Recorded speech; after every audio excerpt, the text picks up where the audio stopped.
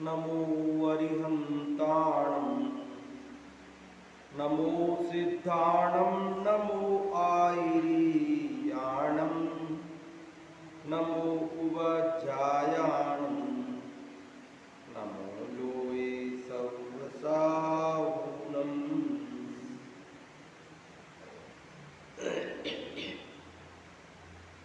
यह पद्मनंदी पंचविंशति का नामक ग्रंथराज है। इसका पहला अधिकार धर्मोपदेशामृत नाम का अपन पढ़ रहे हैं। इसके 198 श्लोकों में से हम 80 श्लोक पढ़ चुके हैं। आज हम 81 नंबर का श्लोक पढ़ेंगे और इस 81वें श्लोक में रत्नत्रय की बात पूरी हो जाएगी। 82वें श्लोक से 10 लक्षण धर्म की बात प्रारंभ होगी। 7वें श्लोक में जो कहा था 6 तक तो मंगलाचरण था। 7वें में उन्होंने कहा था कि धर्म दया रूप है। 2 भेद करो तो श्रावक धर्म और मुनि धर्म होता है। 3 करो तो रत्नत्रय होता है और 10 करो तो उत्तम समाधि होता है। और परमार्थ से तो आत्मा का जो निर्मल परिणाम है वही धर्म है। तो यहाँ पर उसी क्रम से पहले दया की बात की, फिर श्रावक धर्म की बात की 37 श्लोक तक। 38 में से मुनि धर्म की बात चालू करके और लगभग 71 श्लोक तक वो चली और फिर ये रत्नत्रय की बात चालू हुई। तो ये रत्नत्रय की बात यहाँ आज 81वें श्लोक में पूरी हो रही है।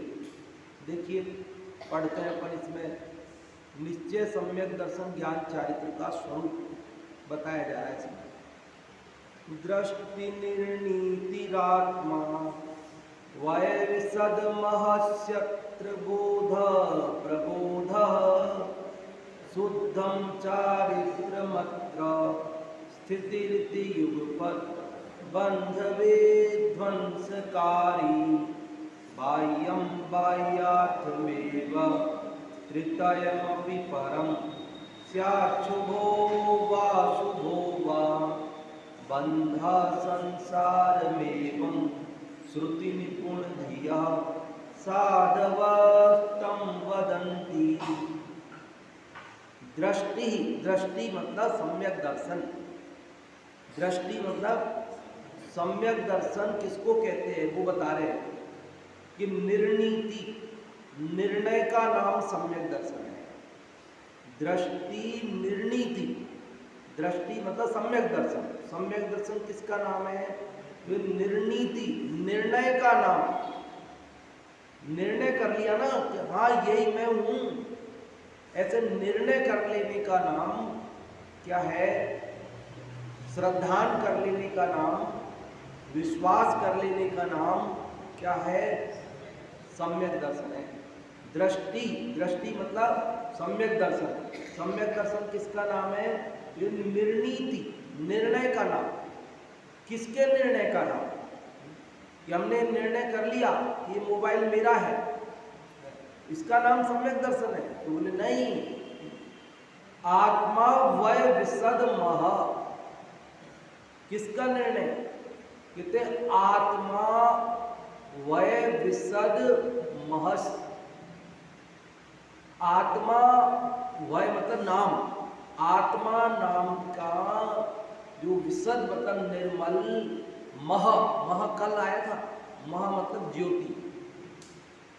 80 नंबर में ऊपर अंतिम शब्द था मह, तत्परम मह, उस परम ज्योति। तो मह मतलब ज्योति। तो जो आत्मा नाम की निर्मल ज्योति है उसके निर्णय का नाम सम्यक दर्शन है। समझ में आई बात? सम्यक दर्शन की परिभाषा हो गई पूरी। निश्चय सम्यक दर्शन की परिभाषा हो गई पूरी। क्या हुई? दृष्टि, दृष्टि मतलब सम्यक दर्शन। निर्णीति, निर्णय का नाम है। किसके निर्णय का नाम है? तो कहते आत्मा वय विशद महसी, कि आत्मा नाम की निर्मल ज्योति के निर्णय का नाम सम्यक दर्शन है।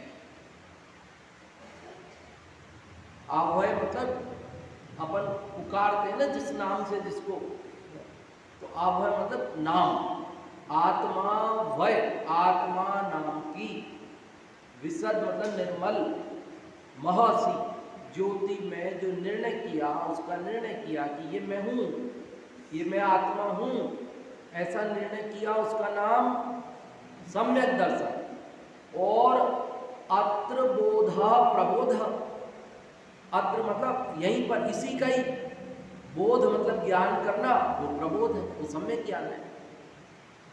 समझ में आई बात?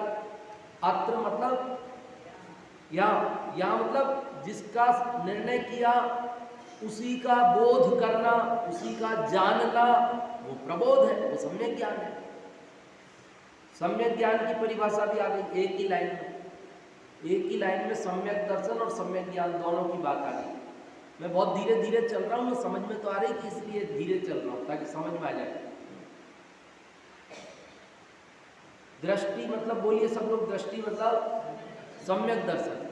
निर्णीति मतलब निर्णय, किसका निर्णय? आत्मा वय, आत्मा वय, वय मतलब नामक, आत्मा नामक, आत्मा नाम वाला, आत्मा नाम है जिसका, ऐसी विशद महसी, विशद मतलब निर्मल, महसी मतलब ज्योति, उस निर्मल ज्योति में निर्णय करना, उसका नाम सम्यक दर्शन।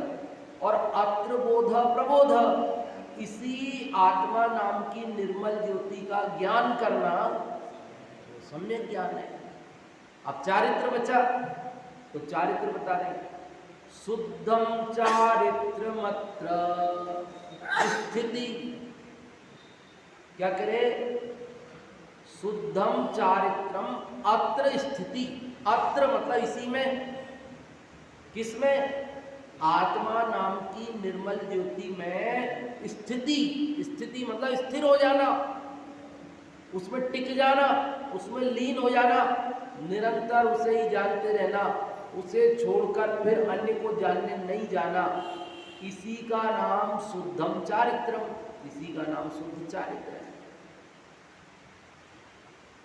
सम्यक दर्शन, ज्ञान, चारित्र तीनों की परिभाषा पकड़ में आ गई बात। आत्मा नाम की निर्मल ज्योति का निर्णय सम्यक दर्शन है, उसी का जानना सम्यक ज्ञान है, और उसी में स्थित होना, उसमें लीन होना, वो सम्यक चारित्र है। इति, इस प्रकार युगपत, युगपत मतलब ये तीनों, सम्यक दर्शन, ज्ञान, चारित्र, तीनों बंध विध्वंसकारी, ये तीनों मिल जाते हैं तो क्या होता है? तो बंध का विध्वंस करने वाले हैं ये सम्यक दर्शन, ज्ञान, चारित्र तीनों का युगपत, तीनों का समूह क्या करता है? कि बंध का विध्वंस करता है, अर्थात मुक्ति प्रदान करता है, कर्म बंधन का छेद कर देता है, मुक्ति प्राप्त कराता है, ये रत्न। और बाह्यम बाह्यार्थम एव त्रितयम अपि परम, त्रितयम अपि परम, त्रितय मतलब तीनों, तीनों सम्यक दर्शन, ज्ञान, चारित्र जो हमने अभी बताए। आत्मा के निर्णय का नाम सम्यक दर्शन, उसके ज्ञान का नाम सम्यक ज्ञान, और उसमें लीन होने का नाम सम्यक चारित्र। इससे बाह्यम, इससे जो बाहर है, परम वो दूसरा है, वो बाह्यार्थम एव, वो बाह्यार्थ मतलब ये जो सम्यक दर्शन, ज्ञान, चारित्र हमने बताया, इसके अलावा दूसरा जो है वो व्यवहार सम्यक दर्शन, ज्ञान, चारित्र। वो क्या है? वो बाहरी है, ये अंतरंग परमार्थ सम्यक दर्शन, ज्ञान, चारित्र की बात कही। और इससे बाहर जो है वो व्यवहार सम्यक दर्शन, ज्ञान, चारित्र है।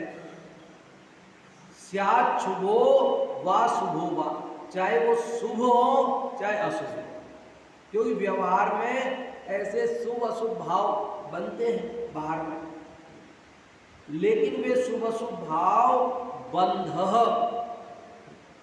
वे बंध के कारण है। जो व्यवहार है वो शुभ भाव रूप अशुभ भाव रूप होता है, और वो बंध का कारण होता है। और बंध का कारण होने से संसार में वो संसारी है बंध का कारण होने से संसारम एव, वो संसार ही है, संसार का ही कारण है। श्रुति निपुण धिया, श्रुति मतलब शास्त्रों में निपुण प्रवीण, धी बुद्धि है जिनकी, शास्त्रों के जो विशेष जानकार हैं, ऐसे शास्त्रों के प्रवीण साधवः साधु तम वदंती, उसे कहते हैं, वे बताते हैं। साधुओं ने बताया हमें, कौन से साधुओं ने बताया? जो शास्त्रों में निपुण है, उन साधुओं ने हमें बताया। क्या बताया? कि आत्मा नाम की निर्मल ज्योति के निर्णय का नाम सम्यक दर्शन है, उसके बोध का नाम प्रबोध मतलब सम्यक ज्ञान है, उसमें स्थिति मतलब उसमें लीनता का नाम सम्यक चारित्र है, और इनके अलावा जो बाहरी है वो बाहरी है, वो व्यवहार है, वो शुभ हो चाहे अशुभ हो, बंध का कारण है, संसार है, ऐसा शास्त्रों के जानकार साधुओं ने हमें बताया। ऐसा कहते हैं। पद्मनंदी देव भी यहाँ कह रहे हैं कि हमें पूर्वाचार्यों से बात पता चली। किससे पता चली? पूर्व आचार्य जो शास्त्रों के प्रवीण थे, उनके द्वारा हमें ये ज्ञात हुआ कि ये तो रत्नत्रय है, परमार्थ, और इसके अलावा जो शुभ भाव रूप वो बंध का कारण होने से वो व्यवहार है, और वो संसार का कारण है। ऐसा समझ में आई बात है? अब हिंदी वाला पढ़े एक बार, देखो।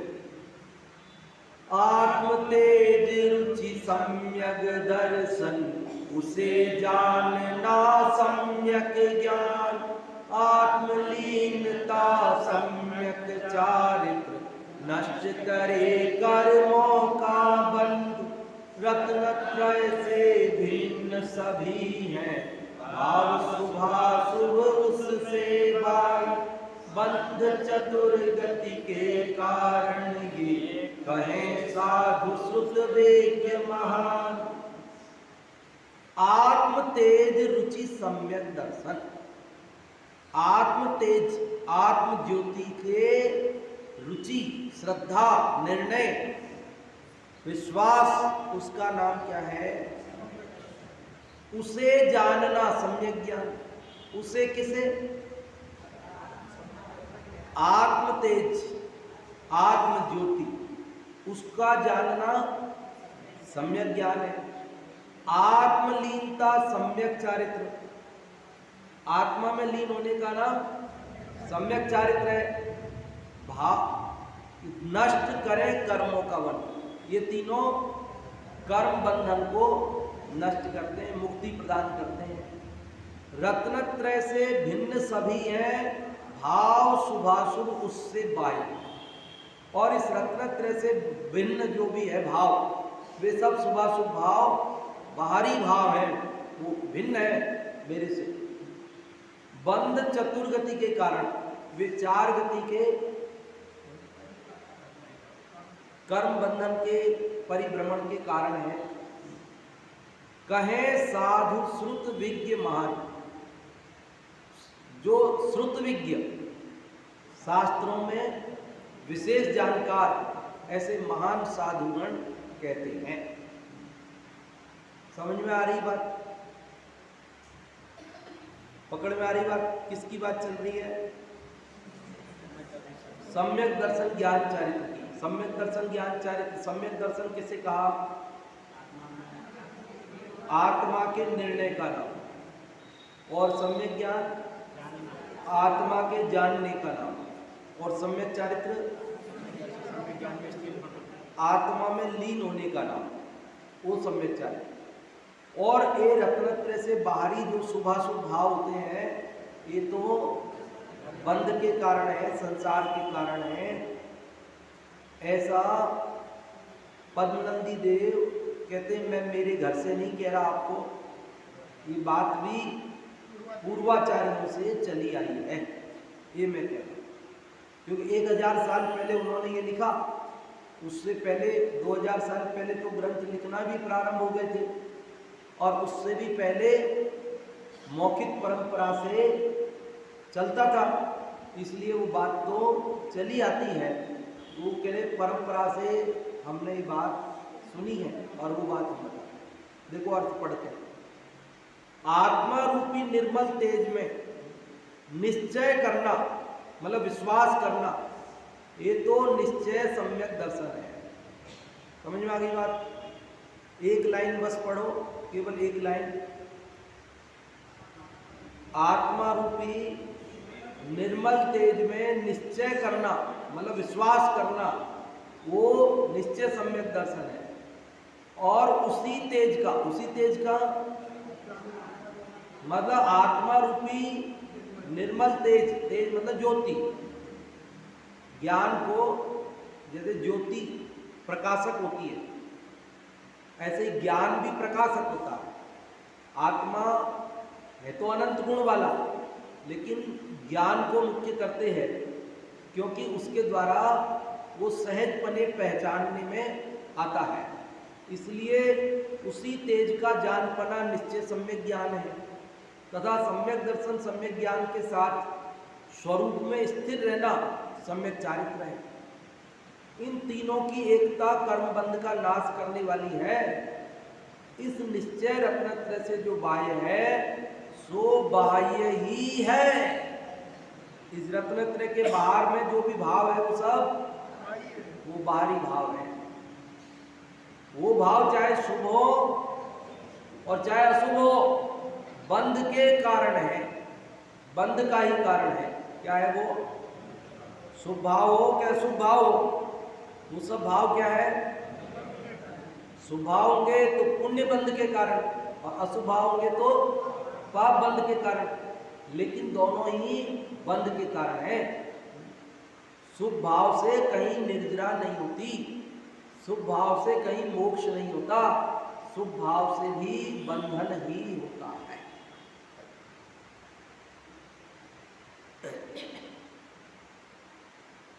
बंध का कारण होने से संसार का ही कारण है, और बंध का कारण होने से किसका कारण है? कर्म बंधन तो संसार का ही कारण है। इसीलिए अपन बोलते हैं, क्या बोलते हैं? अशुभ में जाना नहीं और शुभ में अटकना नहीं, क्योंकि अशुभ भी बंध का कारण है और शुभ भी बंध का कारण है। इसलिए हमें अशुभ में भी नहीं जाना है और शुभ में भी नहीं अटकना है, बल्कि हमें कहाँ जाना है? शुद्ध में, जो कि कर्म बंधन के नाश का कारण है। शुद्ध ये है ना आत्मलीनता। यहाँ कह रहे बंध का कारण होने से संसार का ही कारण है, ऐसा श्रुत ज्ञान के पारंगत आचार्य कहते हैं। कौन कहते हैं? श्रुत ज्ञान के पारंगत। पारंगत मतलब पार को प्राप्त कर लिया उन्होंने। पार को प्राप्त मतलब कोई व्यक्ति इस किनारे से तैरना शुरू करे और उस सामने वाले किनारे पे पहुंच जाए तो पारंगत, पार चला गया। तो जिसने सारे शास्त्रों को पढ़ लिया, पूरा हो गया, वो पारंगत है। पारंगत मतलब अभी अपने तो पार ही नहीं पा रहे, ग्रंथ इतने हैं, थोड़े से ग्रंथ दो चार पढ़ लिए हैं, बाकी हैं तो हजारों लाखों। लेकिन जिन्होंने श्रुत ज्ञान के पार को पाया है, ऐसे पारंगत आचार्य कहते हैं। इसलिए भव्य जीवों को निश्चय रत्नत्रय के लिए ही प्रयत्न करना चाहिए। क्या करना चाहिए? क्या करना चाहिए? निश्चय रत्नत्रय के लिए ही प्रयत्न करना चाहिए। शुभ भावों में संतुष्ट नहीं होना चाहिए। लेकिन यहाँ एक पंक्ति अर्थ लिखने वालों ने थोड़ा अपने को सावधान करने के लिए लिखी। क्या लाइन लिखी? यद्यपि ये लाइन मूल संस्कृत में श्लोक में नहीं आई है, मूल संस्कृत श्लोक का अपन ने अर्थ पढ़ा, वहाँ ये बात नहीं आई है, लेकिन अर्थ करते समय लोग ये सोचते हैं कि भाई कोई गलत रास्ते नहीं चढ़ जाए, कोई गलत बात नहीं ग्रहण कर ले, इसलिए सावधान करने के लिए लिख देते हैं। देखो क्या लिखा है कि व्यवहार रत्नत्रय को भी सर्वथा न छोड़कर निश्चय रत्नत्रय का साधक समझना चाहिए। समझ गए बात? अब ये तालमेल तो बहुत जरूरी है, संतुलन। अब कोई उसको अगर उपादेय मान लेगा तो बंध और संसार का कारण हो जाएगा, वही अटक के रह जाएगा। और कोई उसे सर्वथा हे जानकर छोड़ देगा तो अशुभ में चला जाएगा। समझ में आ रही बात? तो ये जो व्यवहार रत्नत्रय है, यह बहुत समझदारी से शब्द प्रयोग किया, सर्वथा न छोड़कर। क्या सर्वथा? सर्वथा छोड़ने की बात नहीं है। कथनचित हे है, कथनचित उपादेय है। आगे बढ़ने के लिए हे है और पीछे नहीं गिर जाए इस अपेक्षा उपादेय है। इसलिए लिखा कि सर्वथा न छोड़। सर्वथा ग्रहण करो ये नहीं, सर्वथा छोड़ दो ये भी नहीं। कथनचित ग्रहण करने योग्य है और कथनचित छोड़ने योग्य है। क्या क्या कह रहे हैं? देखो, धर्म मार्ग में तो एकांत चलता ही नहीं, लोक मार्ग में भी एकांत नहीं चलता। और जो लोक मार्ग में एकांत पकड़ लेता है वो पछताता है। लोक मार्ग में भी अनेकांत कई की ही शरण है, मोक्ष मार्ग में भी अनेकांत शरण है और लोक मार्ग में भी अनेकांत शरण है। मैंने कई दृष्टांत दिए हैं आपको। अभी जैसे मान लो तो साहब ये ज़्यादा चिकनाई नहीं खाना चाहिए, घी तेल वगैरह ज़्यादा खाना नहीं चाहिए भैया। अच्छा, तो ज़्यादा नहीं खाना है ना, थोड़ा खाना भी है। अगर तूने सर्वथा छोड़ दिया तो ये जो घुटने वगैरह सब जोड़ हैं, इनको चिकनाई कहाँ से मिलेगी भाई? ये किवाड़ वगैरह के जो कब्जे होते हैं उनमें डालते हैं ना, तेल डालते हैं तो आवाज नहीं करते हैं, घिसते नहीं हैं, आराम से चलते हैं। और यदि उनमें तेल नहीं डाला जाएगा तो वो आवाज करेंगे, घिस जाएंगे, जल्दी टूट जाएंगे। जैसे ये सब ये क्या है? ये वही तो है, सब जोड़ है सब। अब इन जोड़ों में तो चिकनाई तो चाहिए ना, और वो चिकनाई के बिना तो फिर क्या होगा कि हाँ, ज़्यादा चिकनाई खा लोगे तो वो धमनियों में जम जाएगी, तो वो हार्ट अटैक का कारण बन जाएगी, बीपी का कारण बन जाएगी, क्योंकि मेहनत का काम नहीं है ना ज़्यादा। इसलिए कहा भाई ज़्यादा मत खा। लेकिन ज़्यादा मत खा का मतलब कोई ये समझे कि नहीं बिल्कुल नहीं खाना, ये तो बहुत नुकसान करता है साहब, घी तेल तो बहुत नुकसान करता है, अपने तो खाना ही नहीं। तो खाना ही नहीं तो ये भी मुश्किल हो जाएगी भाई। तो साहब नमक ज़्यादा नहीं खाना, अरे ज़्यादा नहीं खाना पर थोड़ा खाना, नहीं तो नमक की कमी हो जाएगी तो उसका भी इलाज नहीं है। मतलब वो भी एक संकट का कारण है, सोडियम की कमी हो जाएगी वो भी संकट का कारण है, ज़्यादा होगा तो वो भी संकट का कारण। तो सब मीठा खाएंगे शुगर हो जाएगी, तो खाना ही नहीं, अपने तो बिल्कुल नहीं खाना, अरे शुगर लो भी हो जाएगी, थोड़ा खाना भी सही। बोलो अनेकांत शरण है कि नहीं? अनेकांत शरण है। लोक मार्ग में भी अनेकांत शरण है, मोक्ष मार्ग में भी अनेकांत शरण है। हर चीज के अंदर क्या है? कथनचित। सर्वथा लगाया तो लोक मार्ग में भी गया, मोक्ष मार्ग में भी गया, ऐसा स्वरूप है।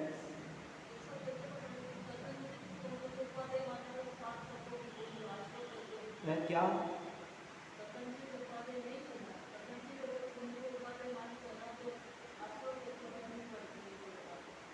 नहीं पड़ती है? किसने कहा? अब जिन्होंने कहा उनसे पूछ लेना यार। देखो, आश्रव है उसका नकार नहीं है, पुण्य तत्व स्वभाव वो बंध का कारण है, लिखा है, संसार का कारण लिखा है। कहाँ दिक्कत है? कोई दिक्कत नहीं है। लेकिन जब हम अशुभ में जा रहे हो तब क्या करें? तब क्या करें? अशुभ में जा रहे हो तो क्या करना? अरे शुद्ध में नहीं जा पाए तो क्या करना फिर? अरे भाई हमारी मजबूरी है क्या? हम शुभ में रहना नहीं चाहते, हम शुभ को उपादेय नहीं मान रहे। अगर उपादेय मान लेंगे तो आश्रम तत्व की भूल होगी ना। लेकिन हम अशुभ से बचने की अपेक्षा उपादेय मान रहे हैं, सर्वथा उपादेय नहीं मान रहे। क्या है? नहीं, श्रद्धा ही है, श्रद्धा ही है। अशुभ की अपेक्षा उपादेय मान रहे हैं और शुद्ध की अपेक्षा हेय मान रहे हैं। आप बाद में कुछ ये नहीं कहो कि पंडित जी ने ये कहा वो कहा, इसलिए मेरे यहाँ सारा रिकॉर्ड है ना। आप आराम से 4 बार सुनो, 10 बार सुनो, किसी को सुनाओ, कोई समस्या नहीं है। क्योंकि जो बात है शास्त्र की वो बात है, ये बात है कि अशुभ की अपेक्षा उपादेय है शुभ, और शुद्ध की अपेक्षा हेय है शुभ। अब इसी का नाम सम्यक श्रद्धान है, इसी का नाम सच्चा श्रद्धान है। अगर हमने शुभ को सर्वथा हेय माना, ये मिथ्या श्रद्धान है, ये सम्यक श्रद्धान नहीं है। उसको किस अपेक्षा हेय है, किस अपेक्षा उपादेय है, ज्ञानी भली भांति जानते हैं और उसको भली भांति उसी रूप में उसको मानते हैं। उसमें कोई आपत्ति नहीं है, कोई समस्या नहीं है। अरे मुझे ये बताओ कि आहार त्यागने का नाम तप है कि आहार करने का नाम तप है?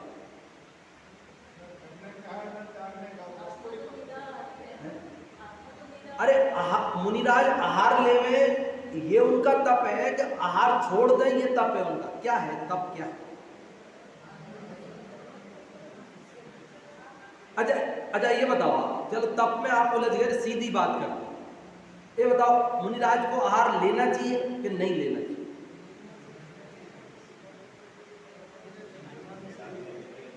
अब एक उत्तर क्या हो सकता है? क्या हो सकता है एक उत्तर? एक उत्तर हो ही नहीं सकता है? अरे शरीर में कमजोरी आ रही हो, ध्यान में मन नहीं लग रहा हो तो लेना चाहिए, लेना जरूरी है। लेंगे तो ही तप है, क्योंकि असली तप तो ध्यान है। उपवास से बड़ा तप ध्यान है, और जब ध्यान ही नहीं हो पा रहा तो भूखे रहने से क्या फायदा?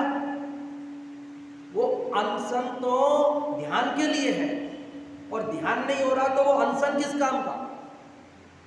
इसलिए वे आहार लेने जाते हैं। और जब उनको लगता है कि शरीर में प्रमाद आ रहा है, प्रमाद आ रहा है, ध्यान में मन नहीं लग रहा, तो फिर अनशन कर देते हैं। उद्देश्य तो ध्यान का है, आहार लेने का और आहार छोड़ने का उद्देश्य नहीं है। उद्देश्य किसका है? उद्देश्य तो ध्यान का है। अब ध्यान में बाधा पड़ती है आहार नहीं लेने से तो आहार लेते हैं, उद्देश्य ध्यान में बाधा पड़ती है आहार लेने से तो आहार नहीं लेते। उनका आहार नहीं लेना भी तप और उनका आहार लेना भी तप, दोनों। कोई एक उत्तर हो ही नहीं सकता, और कोई एक उत्तर देंगे तो सम्यक कैसे होगा? बताओ कैसे होगा? अपेक्षा लगानी पड़ेगी। यहां तो सारा कथन जिनागम में ऐसा ही है। तो यहां कह रहे हैं, क्या कह रहे हैं कि आत्मा नाम के निर्मल ज्योति का नाम के श्रद्धान का निर्णय का नाम सम्यक दर्शन है, उसके ज्ञान का नाम सम्यक ज्ञान है, उसमें स्थित रहने का नाम सम्यक चारित्र है, और ये तीनों मिलकर कर्म बंधन का नाश करते हैं। इनसे बाहरी जो भाव है वे शुभाशुभ भाव बंध के कारण है, संसार के कारण है। ऐसा शास्त्रों के ज्ञानी आचार्यों ने कहा। ये सार रूप में हिंदी में छोटा समय सार में दौलत राम जी ने लिखा। पर द्रव्यन ते भिन्न आप में रुचि सम्यत्व भला है। यही है ना, पर द्रव्यों से भिन्न आत्मा की रुचि सम्यक दर्शन है और वो आत्मा के लिए भली है।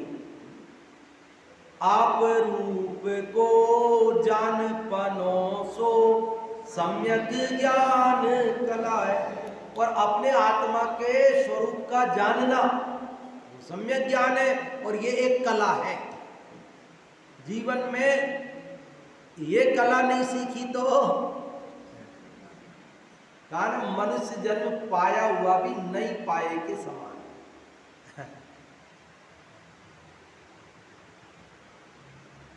भारतीय ने कहा साहित्य संगीत कला विहीन साक्षात पशु उच्च विषाणहीन।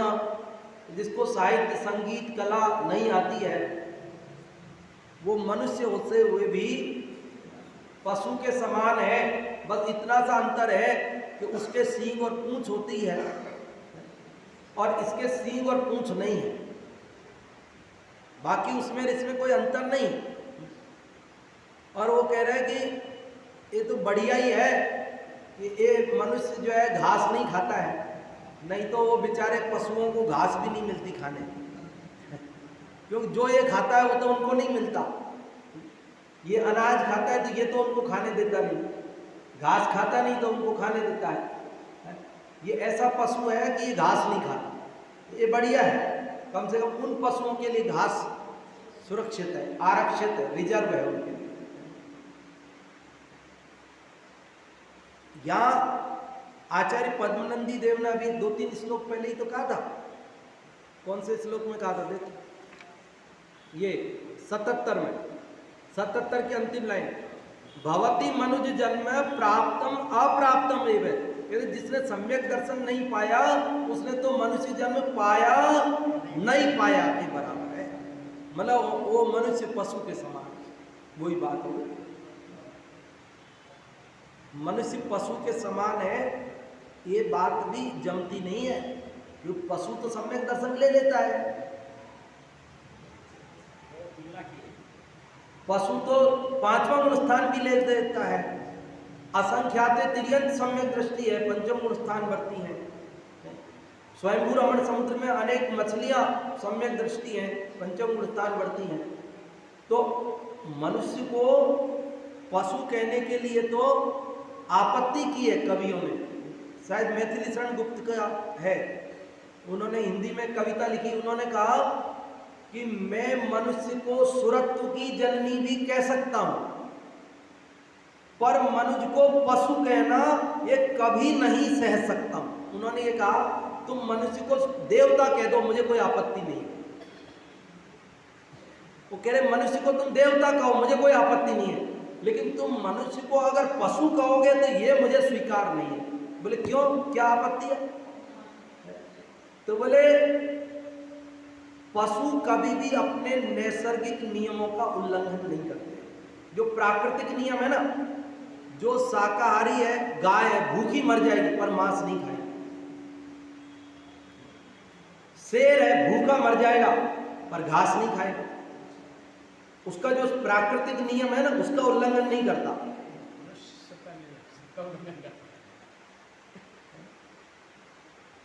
चिड़िया भूखी भी होगी तो शाम पड़े घोंसले में जाके सो जाएगी, रात में जाके दाना नहीं खाएगी।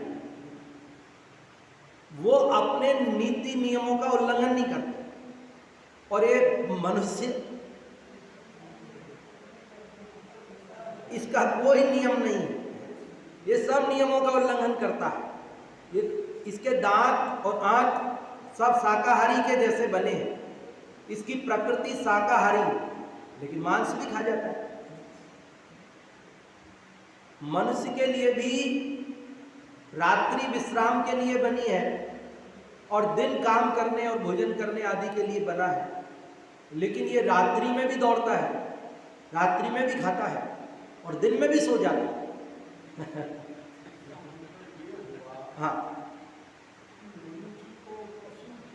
हाँ, हाँ, यही तो कह रहा हूँ, मैथिली शरण गुप्त यही तो कह रहा है कि तुम मनुष्य को पशु कहते हो, ये तो पशु का अपमान है, इसलिए मैं मनुष्य को पशु कहने नहीं दूंगा। आपकी मर्जी हो तो भले देवता कह दो, मुझे कोई दिक्कत नहीं।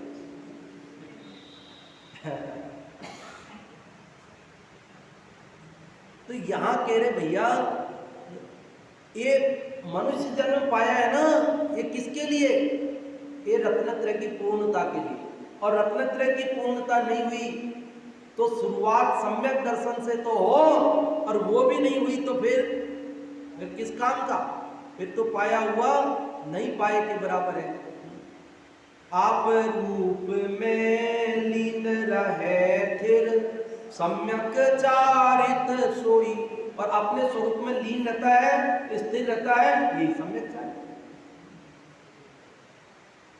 एक सम्यक दर्शन ज्ञान चारित्र की परमार्थ परिभाषा बताई, निश्चय परिभाषा। और बाहर में जो स्वभाव होते हैं, वे व्यवहार से कहे जाते हैं, उनको सर्वथा हे नहीं है, कथनचित हे है, कथनचित उपादेय है। किस भूमिका में उपादेय है, किस भूमिका में हे है, वो यथा योग्य समझना, गलत बात लेकर नहीं जाना, नहीं तो आप मेरे को बदनाम कर दो जाकर। हाँ जी, अब आप लोग बताइए, अभी जो ये 81वां श्लोक पढ़ा, इसमें क्या समझ में आया?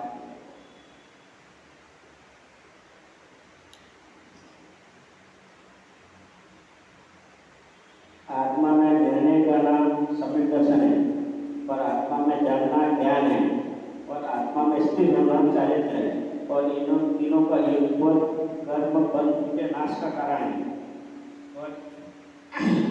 और ये बाह्य भाव करना, शुभ अशुभ भाव करना संसार में भ्रमण करने का है, ये आचार्य परमेष्टि ने कहा है।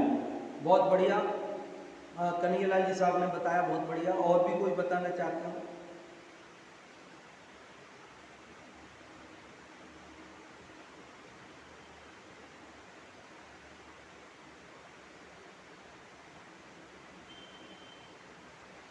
शास्त्रों में निपुण आचार्य जो कहते हैं कि दृष्टि आत्मा की निर्मल व्यक्ति का जो श्रद्धा व्यक्ति के दृष्टि का निर्णय करता है, वो समदर्शन। हाँ जी, तो उसी को जानना सम्यक ज्ञान है, और उसी में स्थिर हो जाना सम्यक ज्ञान है।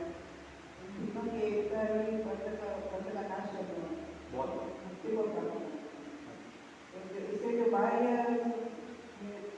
तीनों बाह्य है, वो सब संसार के कारण है, शुभ भाव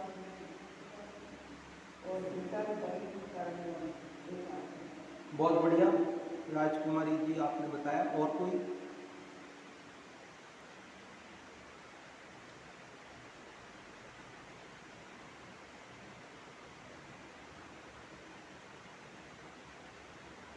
जो आत्मा की निर्मल देव, इसमें विश्वास करना सम्यक दर्शन है, और उसी को जानना सम्यक ज्ञान है, और उसमें लीनता होना उसका नाम सम्यक चारित्र है। और इन तीनों की एकता है, और कर्मबंध का नाश करने वाली है। और जो रत्नाकरी के जो बाहर जो शुभ अशुभ भाव है, वे कर्मबंध के कारण है और संसार के कारण है। ऐसा आचार्य शुद्ध ज्ञान के पारंगत आचार्य ने कहा। बहुत बढ़िया। हाँ जी, और भी कोई लोग बताना चाहते हैं? हर्षिता माइक लेना, माइक आ रहा है, माइक।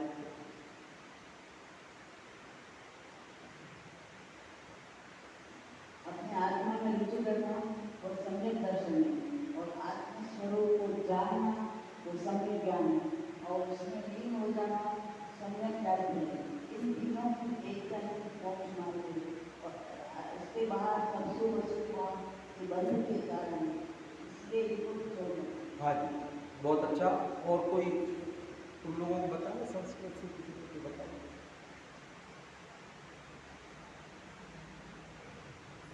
इस श्लोक में निश्चय रत्नत्रय का स्वरूप बताया है। दृष्टि निर्णीति राजमा वय विशद महस्यत्र। इसमें बताया है कि निश्चय सम्यक दर्शन क्या है। दृष्टि मतलब दर्शन, सम्यक दर्शन। निर्णीति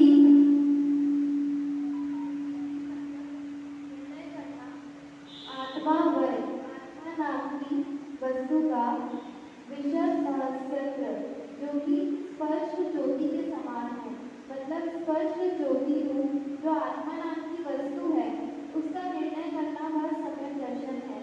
अर्थबोधः प्रबोधः और उसी आत्मा का ज्ञान करना वह सम्यक ज्ञान है।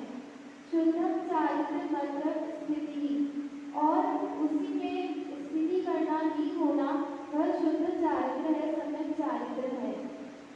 इसी युग पर बंध विध्वंस कार्य ऐसे सभी तीनों एक साथ होते हैं सम्यक दर्शन ज्ञान चारित्र, तब ये बंध का नाश करने वाले होते हैं। धायार्थमेव हृदयमपि परम और इन तीनों से जो भी बाहर है वो सब कुछ बाह्य ही है, बाह्य वस्तु ही है, भले ही वह स्यात् शुभो वा शुभोवा, भले ही वह शुभ भाव हो चाहे अशुभ भाव हो। यदि इससे बाहर है तो वो व्यवहार ही है, वो वास्तव में नहीं है। बंधः संसार में वम और जो बंधः संसार में वम श्रुति त्रिकोण देह साधवस्तम वदन्ति और ये जो बंध है इनसे बंध ही होता है, शुभ अशुभ भाव है इनसे बंध ही होता है और ये संसार के कारण है। ऐसा जो शास्त्र के ज्ञाता आचार्य है उन्होंने कहा है। हाँ, बहुत अच्छा। तो अब ये रत्नत्रय की बात बताने वाली जो श्लोक थे वो यहाँ पूरे हुए और अब कल तो शनिवार अपन स्वाधीन मार्ग पढ़ेंगे और परसों से अपने धर्म के 10 लक्षण पद्मनंदी आचार्य के संघ में जाकर अपन मनाएंगे। तो परसों से वो फिर धर्म के 10 लक्षण चालू